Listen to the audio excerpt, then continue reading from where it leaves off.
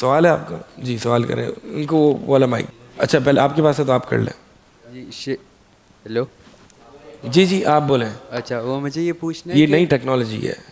جی تو یہ پہلا سوال یہ تھا، وہ جو دیوس والی حدیث وہ آپ بتا رہے تھے، یہاں پہ جو پاکستان میں جتنی بھی شادیاں ہوتی ہیں لڑکا اور لڑکی، وہ جو کپل سامنے بیٹھے ہوتے ہیں، تو وہ لڑکا کو یہ اس کیٹیگری میں شامل ہوگا جو اپنی لڑکی بھی دکھا رہے سب؟ ہاں ہاں، جو اسٹیج پہ ساتھ بیٹھ کے فوٹوگرافی کر رہے ہیں ہاں، اور پھر خاندان والے کہ جو ہے وہ ایک ساتھ بیٹھ رہے ہیں ایک دوسرے کے، اور سب سے بڑی بات وہ فوٹوگرافر گور گور کے کیمرے میں دیکھ رہا ہے اس کی بیوی کو. شرم نہیں آ رہی اس کو؟ تو یہ تو پورے ملک میں تو بہت بڑا ہاں، گناہ ہو رہا ہے. ملک میں بہت کچھ سب کچھ بہت گندا ہو رہا ہے، ہمیں اصلاح کی کوشش کرنی ہے. اور دوسرا یہ سوال تھا کہ وہ جب آپ وہ بتا رہے تھے یہ جو بل بورڈز لگے ہوتے ہیں، اب یہ جو بل بورڈز پہ ہم فوڈ کی ایڈورٹیزمنٹ کرتے ہیں، ڈرم اسٹک وغیرہ پکڑا ہوا ہے، اب جو غریب وہاں سے گزر رہا ہے جس کو ویسے ہی پیٹ پہ پتھر باندھ کے گزر رہا ہے، اب وہ بل بورڈ دیکھ کے اس کو اور بھوک لگ رہی ہے، تو یہ بل بورڈ لگانے والے کو گناہ ملے گا اور یہ اٹ سیلف ایک گناہ ہے کیا؟ یہ کوئی اس کا کیا جواب دیں؟ یہ کوئی نہ کوئی ایسا غریب ہے جو پتھر باندھ کے گھوم رہا ہے. نہیں، لیکن بہت سارے اب تو بہت زیادہ غربت ہو چکی ہے نا، لوگ لٹرلی بہت بھوکے ہیں. ہاں نہیں تو بھائی ان کے لیے ہے ہی نہیں نا، وہ ٹارگیٹ آڈینس ہی نہیں ہے ان کی. اب ہم یہ تو نہیں کہہ سکتے مثال کے طور پر کہ ایک بندہ جو ہے وہ اے سی کی ایڈورٹیزمنٹ کر رہا ہے تو غریب آ رہا ہے وہ دیکھ رہا ہے کہ یار یہ تو اے سی میں افورڈ نہیں کر سکتا، لہٰذا اے سی کو ایڈورٹائز کرنے والا گنہ گار ہوگا. یہ تو نہیں کہہ سکتے بھائی، اس کی آڈینس الگ ہے. صبر کرے گا، ختم. تو امیر لوگ بھی دیکھ رہا ہے تو اس کا مطلب امیر لوگ گاڑیوں میں نکلنا ہی چھوڑ دیں، سائیکلوں پہ آ جائیں، کیونکہ کوئی نہ کوئی غریب دیکھ لے گا کہ بھائی گاڑی میں گھوم رہا ہے. تو امیر آدمی کو جو ہے وہ وَأَمَّا بِنِعْمَةِ رَبِّكَ فَحَدِّثْ، اس کا جس کو اللہ تعالیٰ نے دیا ہے نا اس کو چاہیے کہ وہ اس کا اظہار بھی کرے، دکھائے. بالکل جو ہے وہ فقیر بن کے نہ گھومتا پھرے. تو اظہار نعمت جو ہے وہ تحدیث نعمت کرنا یہ بھی ہے. ٹھیک ہے جی. اچھا ایک اور بھی ہے سوال، وہ یہ تھا کہ وہ جو ہپوکریٹس والی وہ آپ بتا رہے تھے ابھی، تو جو بندہ جیسے یہ بریلوی وغیرہ تو سب ابھی آیا، تو اس سے پہلے یہ حدیث کس پہ اپلائی ہو رہی تھی؟ ٹو فیس لوگوں کی، منافقین پہ. سورہ بقرہ میں آتا ہے، سورہ بقرہ میں آتا ہے منافقین جو ہے وہ مسلمانوں کے پاس آتے تھے، کہتے تھے کہ قالوا آمنا، کہتے تھے کہ ہم ایمان لائے، اور جب اپنے کافر اور دوسرے ان کے لیڈرز کے پاس جاتے تھے تو کہتے تھے کہ انما معکم انما نحن مستہزئون، کہ ہم تو تمہارے ساتھ ہیں، ہم تو ان کے ساتھ مذاق کر رہے ہیں. اچھا تو یہ ابھی جو پاکستان کے اندر اور ایک بات، دوسری بات یہ جو آپ نے بات کی نا کہ یہ تو اس وقت کے زمانے میں، اس وقت کے نبی علیہ الصلوۃ والسلام نے بہت ساری ایسی احادیث ہمیں ذکر فرمائی جو اس وقت کا مسئلہ نہیں تھا، لیکن قیامت تک، کیونکہ یہ دین اسلام قیامت تک ہے نا، تو بہت ساری علامات قیامت نبی علیہ الصلوۃ والسلام نے جو بتایا کہ میرے بعد یہ ہوگا، میرے بعد یہ ہوگا، میرے بعد ایسے لوگ آئیں گے جو کہ دین میں نئی نئی چیزیں ایجاد کریں گے، جو کہ ایسی باتیں بتائیں گے جو تم نے کبھی اپنے علماء سے نہیں سنی ہوں گی. ٹھیک ہے، تو یہ اس وقت کے مسئلے نہیں تھے، یہ بعد کے آنے والے مسئلے ہیں. تو نبی علیہ الصلوۃ والسلام تا قیامت جتنے مسائل ہیں وہ بتائیں گے، کیونکہ دین اسلام سب یونیورسل دین ہے. ابھی جیسے اتنے سارے پاکستان میں علماء ہیں تو یہ لوگ بالکل حق کی اور اسلام کی بات کرتے ہیں، لیکن جب گورنمنٹ کے خلاف کچھ بھی نہیں بولتے، کیونکہ وہ لوگ ان کو پتہ ہے حق کی بات ہے لیکن بولتے نہیں، کیونکہ وہ لوگ بولتے ہیں ایجنسی اٹھا کے لے جائے گی یا ڈرتے ہیں. تو یہ ہپوکریٹس میں شامل ہوں گے کہ چلیں آپ جب انشاءاللہ آپ بولیں گے. ہاں ہاں میں تو بولتا بھی ہوں، میرے چاچا تایا گورنمنٹ میں تو ان کو اچھا اصل مجھے تو نکال. دیکھیں اصل میں بات یہ ہے، یہ جو خروج ہے نا، یہ احادیث سے میں یہ بات پتہ چلتی ہے کہ جہاں پہ خروج کا خوف ہو، ٹھیک ہے، خروج کیا ہوتا ہے کہ حکمرانوں کے خلاف بغاوت کرنا. جہاں پہ یہ انسائٹمنٹ کا خوف ہو کہ اگر میں حکمرانوں کے خلاف بولوں گا تو اس سے یہ ہوگا کہ لوگ حکمرانوں کے خلاف نکل پڑیں گے اور اس سے خون خراب ہوگا، تو نبی علیہ الصلوۃ والسلام نے اس خروج سے منع فرمایا ہے. لیکن اگر مثال کے طور پر کوئی حاکم جو ہے وہ کوئی خلاف شریعت کوئی فیصلہ کرتا ہے، جیسے کہ بھی ٹرانسجنڈر ایکٹ آیا تھا، میں نہیں جانتا، میں کتنے علماء کو جانتا ہوں، سب نے بولا ہے ٹرانسجنڈر ایکٹ پہ، کس نے نہیں بولا؟ ٹھیک ہے، آپ نے نہیں سنا ہوگا وہ الگ بات ہے، لیکن بولا ہے. لیکن مثال تو لوگوں نے ایک تو یہ ہے اس طرح سے بولنا کہ جس میں ایک طریقے سے پیسفل، وہ جس میں خون خرابہ اور خروج نہ اختیار کیا جائے. ایک حاکم کی اس طرح کی غلطی کی نشاندہی کرنا، یہ ہمارے بڑے علماء نے بھی کیا ہے. ٹھیک ہے تو اس میں کوئی مسئلہ نہیں ہے. باقی رہی بات یہ کہ حاکم کے خلاف بولنا اپنا یہی اپنا دین بنا لینا, یہ سلف کا منہج نہیں ہے. جن کا طریقہ کار یہ ہوتا ہے نا کہ بس میری دعوت ہی حاکم کے خلاف ہے, تو یہ جو ہے نا, یہ شیخ البانی رحمہ اللہ جو ہے وہ, میں بھی حال میں 2-3 دن پہلے ان کا قصہ پڑھ رہا تھا کہ وہ ایک مسجد میں گئے اور وہاں پہ جو خطیب تھا کلین شیف تھا, ٹائٹ پینٹ پہنی ہوئی تھی, اس بال بھی کیا ہوا تھا, اور حاکم کے خلاف جو ہے وہ یہ اور وہ پرزور تقریر حاکم کے خلاف کہ حاکم تمہارا ایسا ہے, یہ ہے, وہ ہے, چلو نکلو حاکم کے خلاف, یہ وہ, اللہ کے حکم کو نازل کرو, اس ملک میں جو ہے وہ شرعی قوانین نہیں ہے, یہ وہ. شیخ امام البانی بڑے محدث رحمہ اللہ فرماتے ہیں کہ جمعہ ختم ہوا تو میں ان کے پاس گیا, میں نے کہا ماشاء اللہ آپ کی دین کی غیرت ماشاء اللہ بہت اچھی ہے اور ہمیں اس پر ایک داد دینی چاہیے, لیکن یہ جو آپ یہ بات کر رہے ہیں کہ اس ملک میں قوانین اللہ بلکہ غیر اللہ کے قوانین نافذ ہیں, تو میں تو یہ دیکھ رہا ہوں کہ آپ کی اپنی ذات پر بھی اللہ کے قوانین نافذ نہیں ہیں. آپ نے شیف کی ہوئی ہے, آپ نے اپنی ذات پر تو نافذ نہیں کیا ہوا, آپ اترے ہیں حاکم پر کہ اللہ کے قوانین ان پر نافذ کریں. تو چیریٹی بگنز فرام ہوم. پہلے آپ اپنے آپ کو تو دیکھیں. اور میں آپ کو بتاؤں, شیخ البانی رحمہ اللہ بالکل صحیح بات ہے, یہ جتنے اتنا خلافت کا شور مچانے والے ہوتے ہیں نا, کی بورڈ واریئرز اور مائک پکڑ کے خلافت کی دھوم مچانے والے جتنے ہوتے ہیں, ان کے اپنے گھروں میں جو ہے وہ دین نافذ نہیں ہوتا, اپنے آپ پر دین نافذ نہیں ہوتا, اور نکلتے ہیں لوگوں کے اوپر اور حاکم کے اوپر دین نافذ کرنے کے لیے. تو ممبر پہ بات ہونی چاہیے نا, پھر وہ سب سے زیادہ نہیں کہ ہم میں سے, تو پھر دیکھا جائے. مقصد بتانا یہ ہے کہ پہلے دیکھیں حکمران جو آتے ہیں نا وہ ہمارے اپنے میں سے آتے ہیں. جب لوگ علی رضی اللہ تعالیٰ عنہ, ابو بکر رضی اللہ تعالیٰ عنہ جیسے تھے تو حاکم تھے نبی علیہ الصلوۃ والسلام. جب لوگ عثمان بن عفان جیسے, عمر بن خطاب جیسے تھے تو حاکم تھے ابو بکر رضی اللہ تعالیٰ عنہ. اب لوگ ہم جیسے ہیں تو حاکم ہم جانتے ہیں کہ کون ہے ہمارے حاکم. یہ بات یاد رکھیں, جیسی عوام ہوتی ہے, جیسی رعایا ہوتی ہے, ویسا حاکم ہوتا ہے. تو ہم نے جو کوشش کرنی ہے وہ ہم نے گھر سے شروع کرنی ہے, ہم نے عوام کو چینج کرنا ہے. یہی ہم کر رہے ہیں, لوگوں کی اصلاح کر رہے ہیں. لوگ صحیح ہو جائیں گے, حاکم خود بخود اچھا اللہ تعالیٰ دے. یہ جو ظالم حکمران نہیں ہے, اللہ کی طرف سے ہم پر عذاب مسلط ہے, جیسے ہم ہیں ویسے ہی ہمارے حکمران ہیں. جی اور سوال ان کو دے دیں.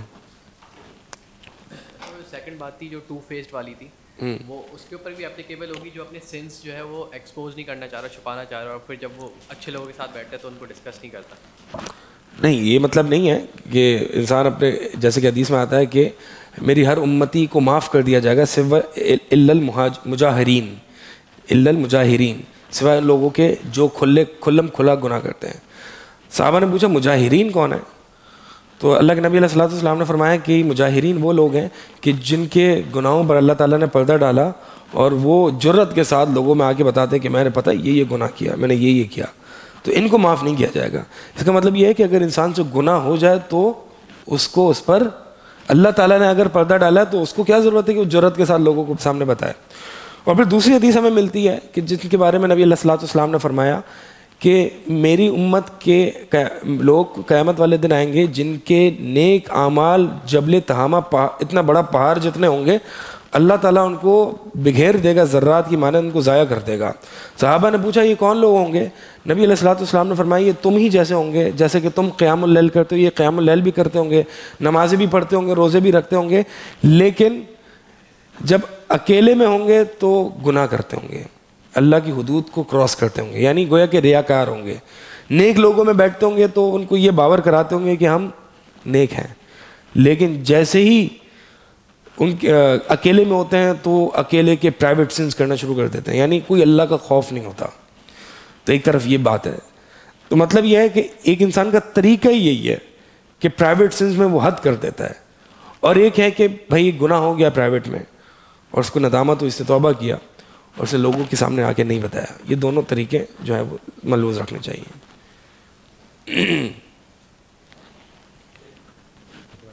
شیخ پہلا یہ سوال ہے, جو ہم کھانے والی بات کر رہے تھے, تو کوئی ایسے علماء ملتے ہیں جو مطلب انہوں نے بولا ہے کہ اگر لگاتار تم کھائے جا رہے ہو, مطلب کھاتے رہتے ہو, تو یہ گناہ ہے.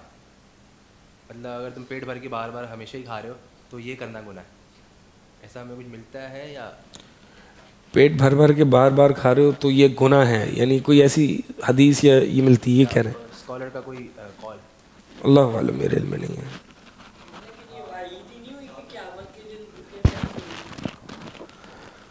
قیامت کے دن بھوکے پیاسے ہوں گے, یہ ہم ضروری نہیں کہہ سکتے کہ وعید تو ہے, تکلیف تو ہے. اب یہ جو قیامت کی سختیاں ہیں, یہ جیسے کہ مالدار ہوں گے, مالدار جو ہوں گے وہ غریبوں کے بہت عرصے بعد جنت میں جائیں گے. جو غریب ہوں گے سب سے پہلے جائیں گے, کیونکہ ان کے پاس اتنا مال ہی نہیں ہوگا, حساب کتاب کے لیے رکیں گے ہی نہیں. لیکن مالداروں کے پاس مال بہت ہوگا تو حساب کتاب جو ہے وہ ان کا زیادہ ہوگا. تو ظاہر سی بات ہے, ایک یہ فضیلت تو ہے, لیکن ہم یہ نہیں کہہ سکتے کہ مالداروں کے لیے وعید ہے, بلکہ مالداروں کو زیادہ ٹائم لگا ہے حساب کتاب دینے میں. لیکن جنت میں داخلہ جو ہے وہ, جیسے کہ ابن القیم رحمہ اللہ فرماتے ہیں کہ اس کا مطلب یہ نہیں ہے کہ یہ غریبوں کی مالداروں پر فضیلت ثابت ہو گئی, اس سے صرف یہ ثابت ہو رہا ہے کہ مالدار غریب جو ہے وہ مالدار سے پہلے جنت میں پہنچ گئے. یہ ہو سکتا ہے کہ وہ مالدار, وہ امیر آدمی جو کہ لیٹ پہنچا ہے جنت میں, وہ اس غریب سے جنت میں اونچے درجے پر ہو, لیٹ صرف اس کو حساب کتاب دینے میں ہوا ہے. ٹھیک ہے. ایک سوال یہ تھا کہ قرآن میں آتا ہے کہ ہم اللہ تعالیٰ کی کن کن نعمتوں کو جھٹلائیں گے. تو اگر تو ہمارے گھر میں اچھا کھانا بن رہا ہے اور جو ہے بریانی پک رہی ہے, اور پھر ہم کہہ رہے نہیں ہمیں یہ نہیں کھانا, سبزی کھانی ہے ہمیں یا کچھ اور کھانا ہے, تو کیا یہ نعمتوں کو جھٹلانا نہیں ہوا؟ اگر تو روز آپ کے گھر میں بریانی اور یہ ساری چیزیں پک رہی ہیں روز, تو پھر تو آپ اپنے گھر والوں سے گزارش کریں کہ بھائی ہمیں کچھ دن جو ہے وہ تھوڑا یہ چیزیں بھی, گھاس پھوس بھی کھلائیں. ٹھیک ہے, ہاں یہ سب نعمت ہی ہے, لیکن یہ بڑی نعمت ہے. تو اگر یہ تو بھائی یہ تو کسی کے گھر میں نہیں ہوتا میرے خیال میں کہ روز ہی جو ہے وہ اچھے کھانے, روز بریانیاں اور قورمے اور کڑھائی پک رہی ہے.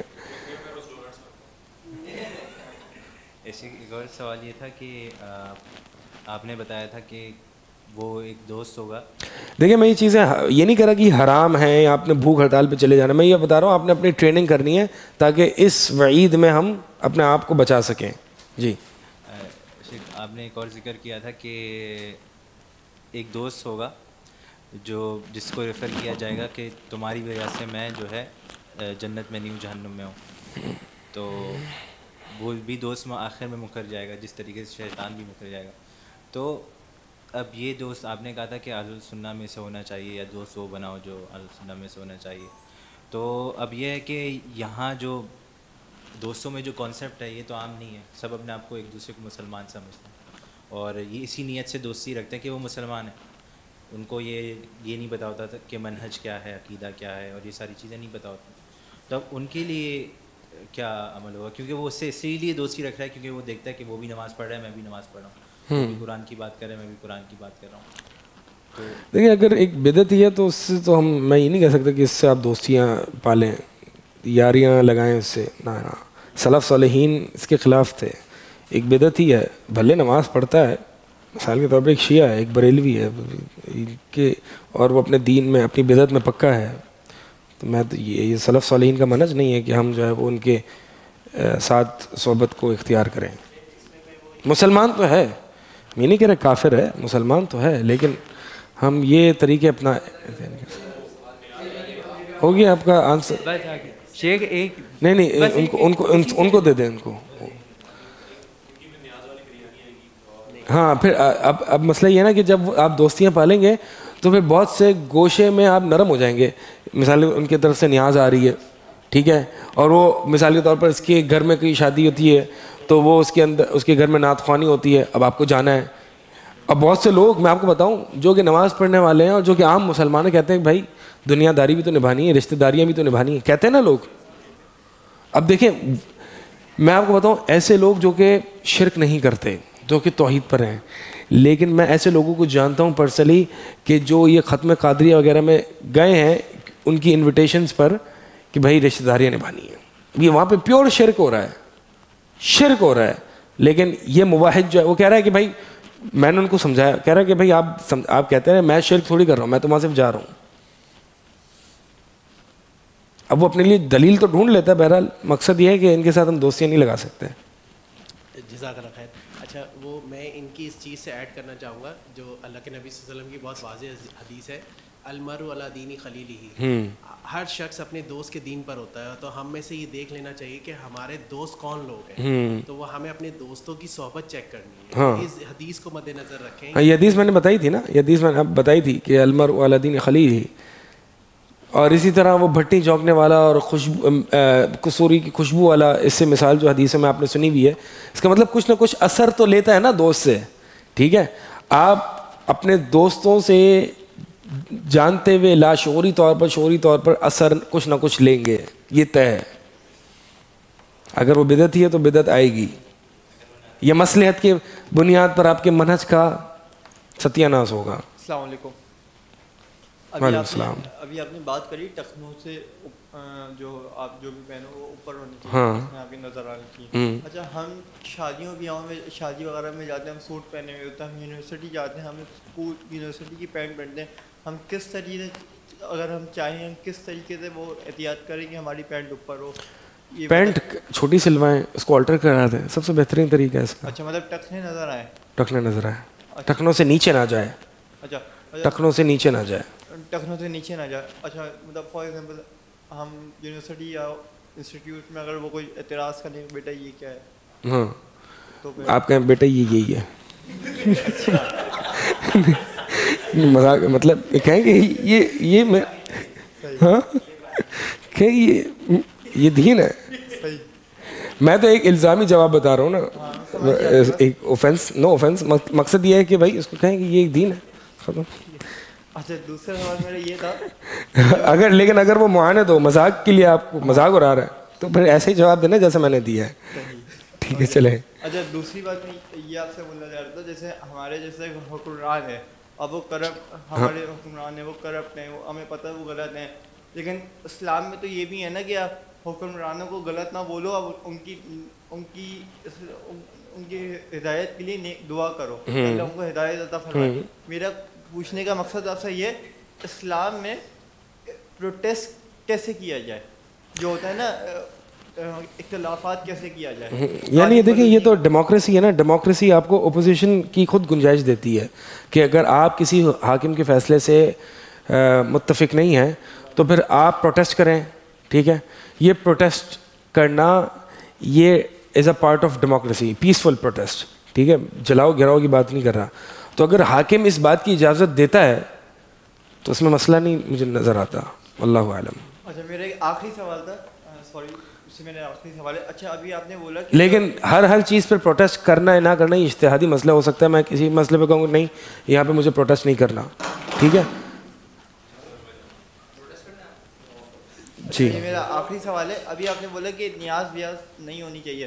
میرا ایک اور سوال تھا, یہ جو ہم جو میلاد کرتے ہیں 12 ربیع الاول اور بھی ایسے, یہ میلاد مطلب کرنا آج کے زمانے میں جو ہم نے ایک ٹرینڈ بنا لیا ہے, یہ مطلب کہ اس کے اوپر آپ کیا تبصرہ کریں گے. مطلب میلاد کا ٹرینڈ, میلاد مطلب جو نعت خواہ ہوتی ہیں اور جو نعتیں ہوتی ہیں اور اس طرح کی ہوتی ہیں محفلیں.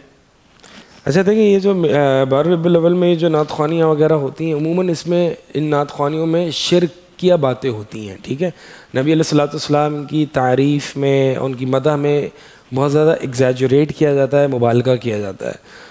تو ان چیزوں سے بچنا چاہیے. پہلی بات, عموماً نعت خوانیوں سے بچنا چاہیے, چاہے 12 ربیع الاول کو ہو چاہے ذی الحج میں ہو. پہلی بات. دوسری بات یہ کہ 12 ربیع الاول کو خاص کرنا ان چیزوں کے لیے, یہ بھی کوئی اس کا کوئی واضح ثبوت نہیں ہے. نبی علیہ الصلوۃ والسلام کی زندگی میں 12 ربیع الاول کتنی مرتبہ آئی, صحابہ کی زندگی میں بھی آئی, لیکن کبھی صحابہ نے نبی علیہ الصلوۃ والسلام نے نہیں منایا. تو ایسی چیز جو صحابہ نے نہیں کی, نبی علیہ الصلوۃ والسلام نے نہیں کی, وہ چیز ہم کریں وہ بدعت ہوتی ہے, دین میں ایڈیشن ہوتی ہے. لہٰذا ہمیں ان چیزوں سے بچنا چاہیے.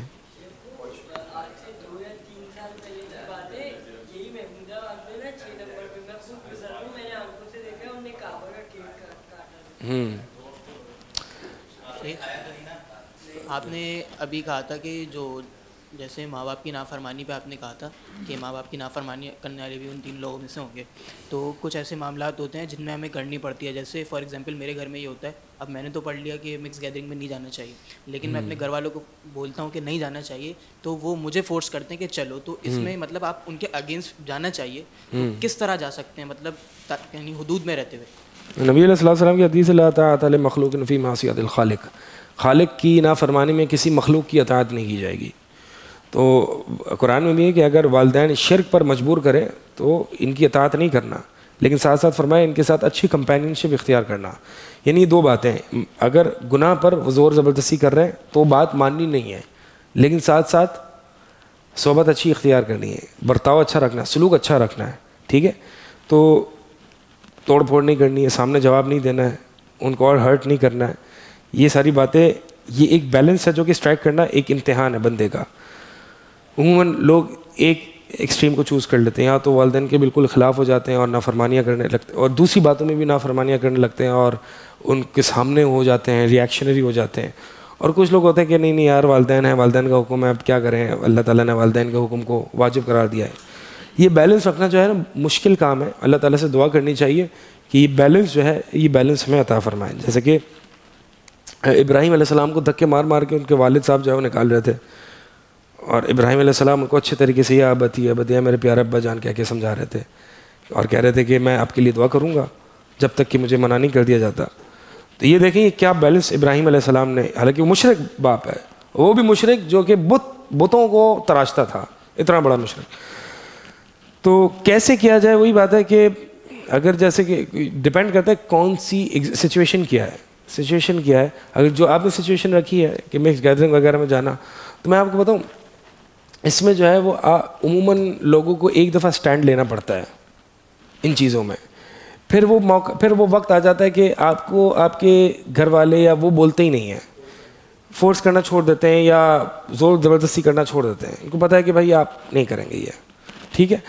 تو شروع میں سٹینڈ لینا تھوڑا سا مشکل ہوتا ہے, اس پہ اللہ تعالیٰ سے دعا کریں کہ اللہ تعالیٰ آپ کو استقامت دے, اور آرام سے سمجھائیں پیار سے کہ دیکھیں اللہ تعالیٰ کی نافرمانی ہے اور میں یہ نہیں کر سکتا. میں آپ کو بھی سمجھا رہا ہوں, اگر آپ کر رہے ہیں, آپ اصرار کر رہے ہیں تو ٹھیک ہے, پھر میں اس میں نہیں آؤں گا. ایک دفعہ 2 دفعہ فورس کریں گے, پھر تیسری دفعہ آپ کو چھوڑ دیں گے. اب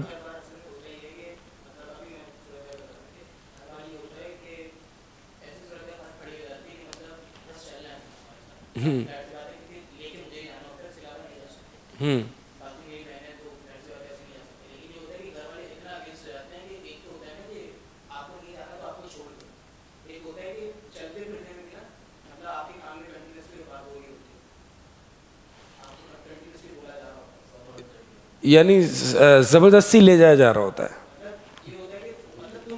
دیکھیں میں آپ کو بات بتاؤں, میں ان چیزوں سے گزرا ہوں, ٹھیک ہے, پرسنلی.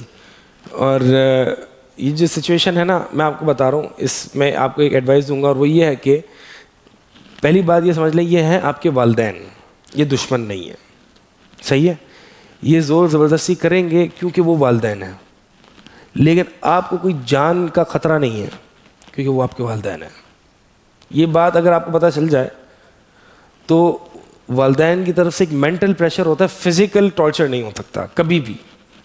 آپ کتنی ہی بڑی نافرمانی کیوں نہ کر لیں, والد صاحب آپ کو ماریں گے نہیں, ٹھیک ہے. تو فزیکلی کوئی ہراسمنٹ ہو یا اس طریقے سے ٹارچر ہو, اس کو تو چھوڑ دیں. رہی بات مینٹل پریشر ہوگا, ڈانٹ ڈپٹ ہوگی, اس کو برداشت کریں اللہ کے لیے. ایموشنل بلیک میل ہوگا, سب کچھ ہوگا, ٹھیک ہے, اس کو اللہ کے لیے برداشت کریں. میں آپ کو بتا رہا ہوں انشاءاللہ اللہ تعالیٰ وہ وقت بھی آپ کو دکھائے گا کہ وہی والدین آپ سے خوش بھی ہوں گے, آپ سے راضی بھی ہوں گے. کیونکہ نبی علیہ الصلوۃ والسلام نے فرمایا کہ جو اللہ تعالیٰ کو راضی کرتا ہے, لوگوں کو ناراض کر کے اللہ تعالیٰ اس سے راضی ہو جاتا ہے اور لوگوں کو بھی اس سے راضی کر دیتا ہے. اور جو اللہ تعالیٰ کو ناراض کرتا ہے لوگوں کو خوش کر کے, اللہ تعالیٰ بھی اس سے ناراض ہو جاتا ہے اور ایونچولی لوگوں کو بھی اس سے ناراض کر دیتا ہے. تو اس حدیث پر ایمان رکھتے ہوئے کہ ٹھیک ہے ٹیمپرری والدین آپ سے بات بند کر سکتے ہیں, کچھ بھی کر سکتے ہیں, لیکن ایونچولی وہ آپ سے خوش ہوں گے, یہ بات یاد رکھیے گا. جی, کیا دیوبندی مطلقاً اہل البدع یا جو ہے اس میں لیولز ہیں؟ مختلف مطلب لیولز ہے کس چیز میں؟ مطلب کہ ہو سکتا ہے کہ کوئی ان میں سے اہل السنہ میں سے اور اکثریت اہل السنہ. یہ جو دیوبند ہیں عقائد علماء دیوبند، آپ ان کی کتاب ہے وہ پڑھ لیں.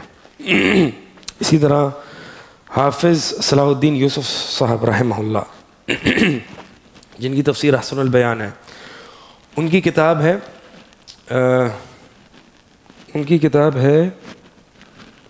اہل حدیث اور احناف میں احناف کی حقیقت. اس میں انہوں نے عقائد علماء دیوبند کا اظہار کیا ہے. ٹھیک ہے، میں آپ لوگوں سے کہوں گا کہ آپ یہ جو ہمارے اکابرین علماء اہل حدیث ہیں نا، ان کی کتابیں پڑھیں، جیسے کہ حافظ صلاح الدین یوسف صاحب ہیں، اسی طرح مولانا ثناء اللہ رحمہ اللہ، ان کی کتاب ہے اہل حدیث کا مذہب، اور حافظ صلاح الدین یوسف صاحب کی اہل حدیث کی منہج میں بہت کتابیں ہیں. آپ کو پتہ ہوگا کہ اہل حدیث ہوتے کون ہیں. جب پتہ ہوگا اہل حدیث کون ہوتے ہیں، یہ صرف رفع الیدین کرنا، آمین بالجہر کرنا، یہ صرف اہل حدیثیت نہیں ہے. اہل حدیث ایک فکر، ایک منہج ہے. یہ کیسے پتہ چلے گا؟ جو ہمارے اکابرین ہیں ان کو پڑھ کے. مسئلہ یہ ہے کہ ہم نے اپنے اکابرین کو پڑھا نہیں ہوتا اور ہم کہتے ہیں ہاں یہ بھی اہل حدیث ہے، یہ بھی اپنی طرف سے، کہ جو ہم ایکسپیرینس کرتے ہیں کہ بھئی اہل حدیث یہ ہوتے ہیں تو اہل حدیث نہیں. اہل حدیث کون ہوتے ہیں؟ ہم ان کی کتابیں پڑھیں انشاءاللہ. میں کتابیں چاہیے میں آپ کو دے دوں گا. kitabusunnat.com پہ جو ہے وہ لکھیے گا اہل حدیث کی تاریخ بہاؤالدین رحمہ اللہ کی، ٹھیک ہے، اور بھی علماء کی ہے، اور اسی طرح حافظ صلاح الدین یوسف صاحب. تو بتانے یہ چاہ رہا تھا کہ حافظ صلاح الدین یوسف صاحب رحمہ اللہ ہیں، ان کی یہ جو کتاب ہے عقائد علماء دیوبند، اس میں لکھے ہوئے ہیں. اب آپ کو پتہ چلے گا کہ جب آپ ان کی عقائد پڑھیں گے تو دو ان کے اسپیکٹس ہیں.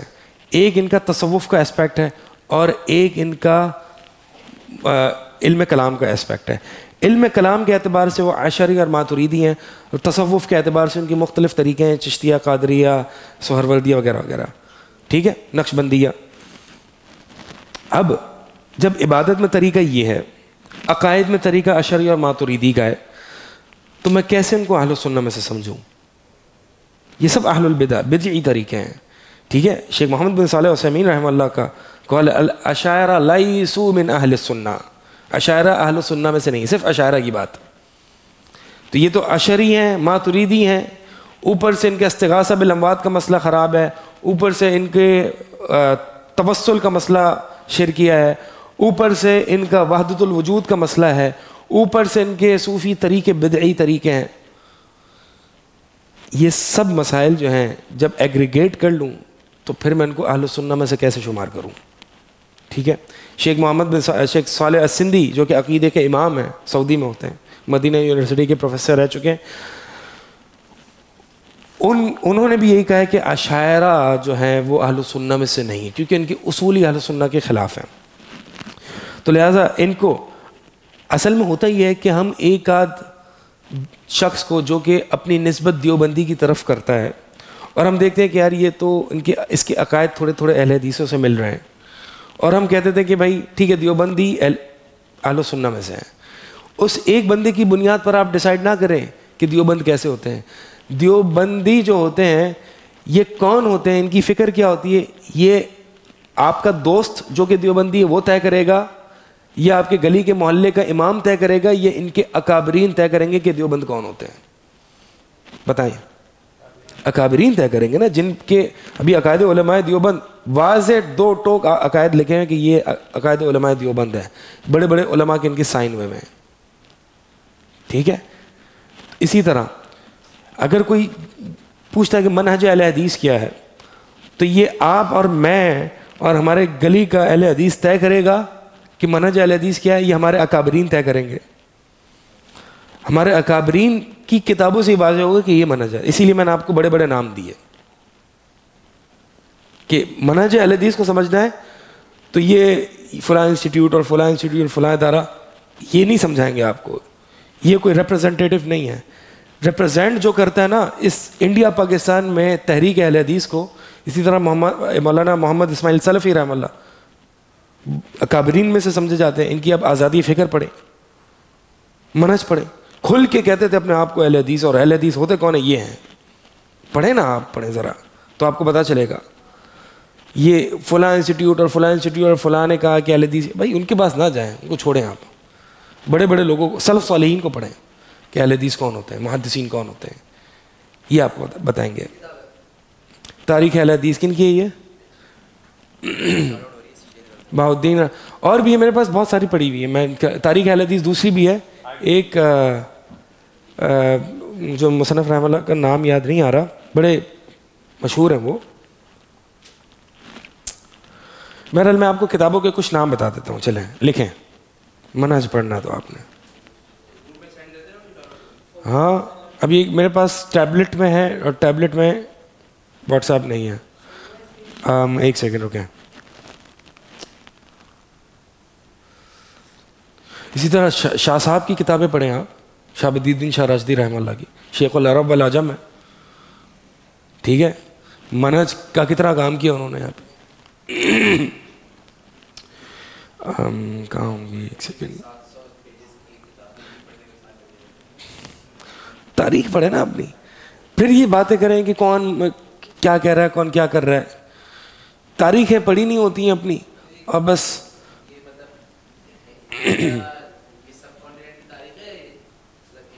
یہ سب کانٹیننٹ کی تاریخ ہے. ویسے تو اہل الحدیث تو صحابہ کے دور سے ہے نا. سعودی میں جو آپ جو عربی کتابیں ہیں نا، جو کہ سعودی علماء وغیرہ نے لکھی ہیں، وہ آپ کو پھر جو ہے منہج سلفیت جو ہے وہ سلف صالحین سے بتائے گا. یہ جو میں آپ کو کتابیں بتا رہا ہوں، یہ جو اردو کی کتابیں جو مولانا صلاح الدین یوسف، یہ تو انڈیا پاکستان کی جو اکابرین ہیں جو کہ اہل حدیث سے تعلق رکھتے ہیں، یہ ان کے منہج ہے یا مذہب ہے. اس کا مطلب یہ نہیں ہے کہ ان کے اور ان کے منہج میں کوئی فرق ہے، وہ کوئی امپورٹڈ سلفیت ہے، نہیں، یہ مطلب نہیں ہے. مطلب یہ ہے کہ یہاں کے جو اکابرین نے جو تحریک موومنٹ قائم کی ہے نا، اس کا ایک منہج کیا تھا، خاکہ کیا تھا، وہ ہے. دونوں کا آپ سلف صالحین کا منہج اور انڈو پاک کے اکابرین کا منہج دیکھیں گے، اس میں انشاءاللہ آپ کو کوئی فرق نہیں دکھے گا.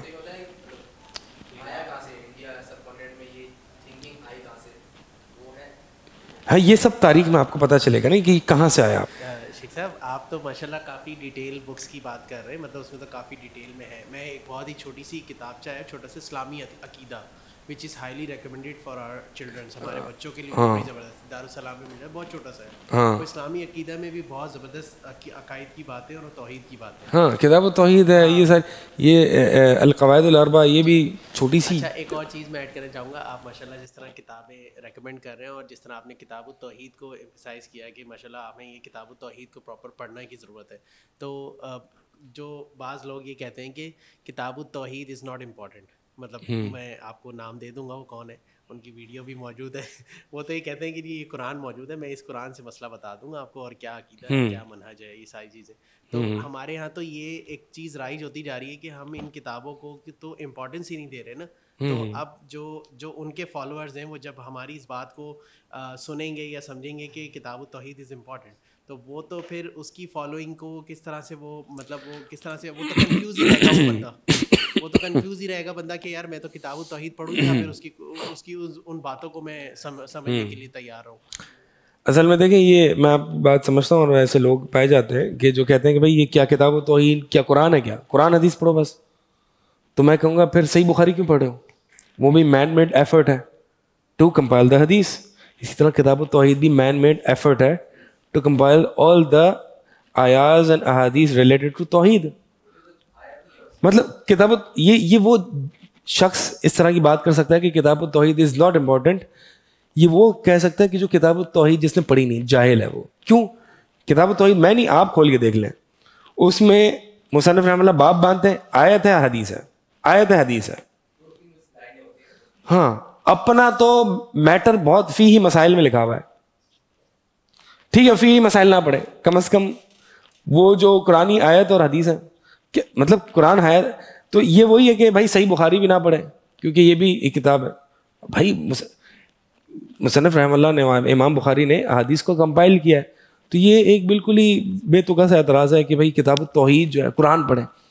اگر آپ قرآن کو ایسے پڑھائیں جیسے کہ کتاب التوحید کو پڑھایا جاتا ہے تو پھر ہمیں کوئی مسئلہ نہیں ہے.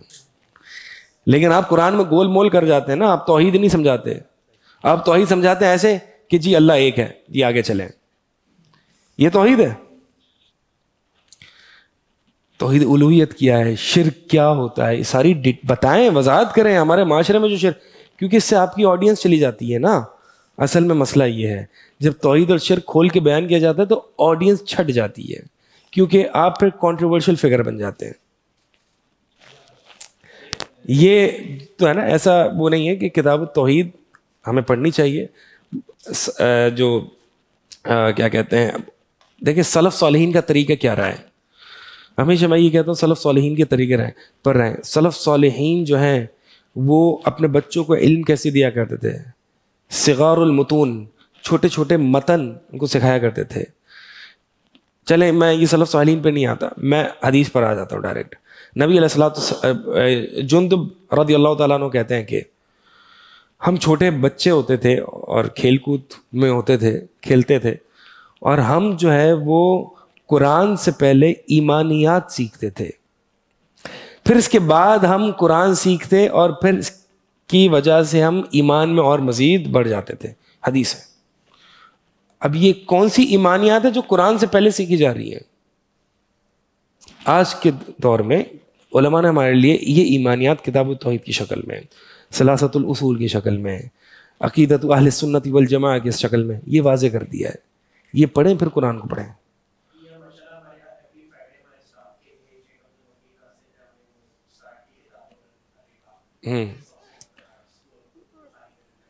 الحمد للہ.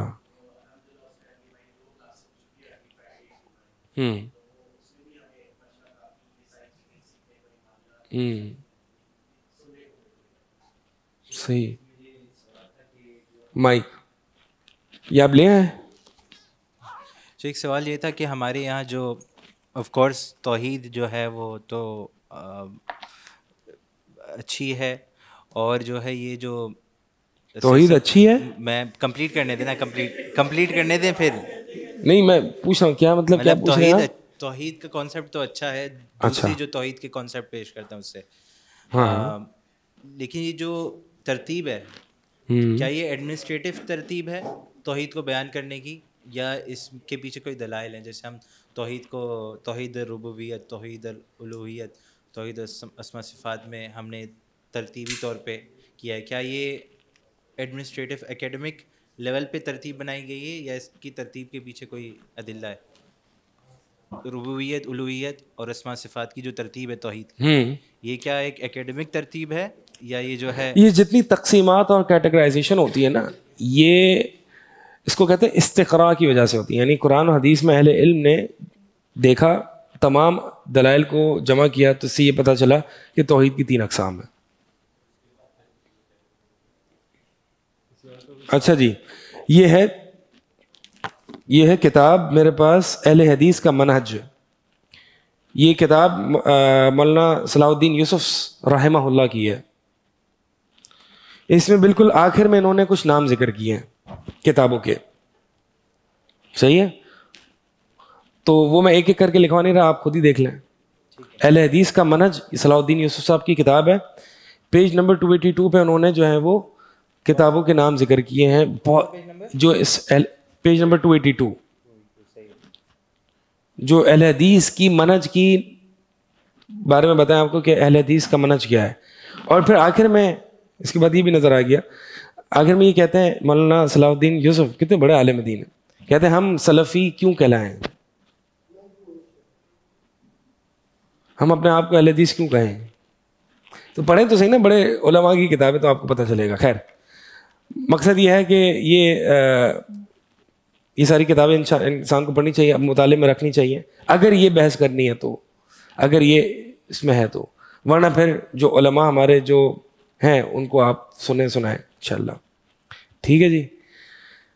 سبحانک اللہم و بحمدک اشہد ان لا الہ الا انت استغفرک و اتوب الیک.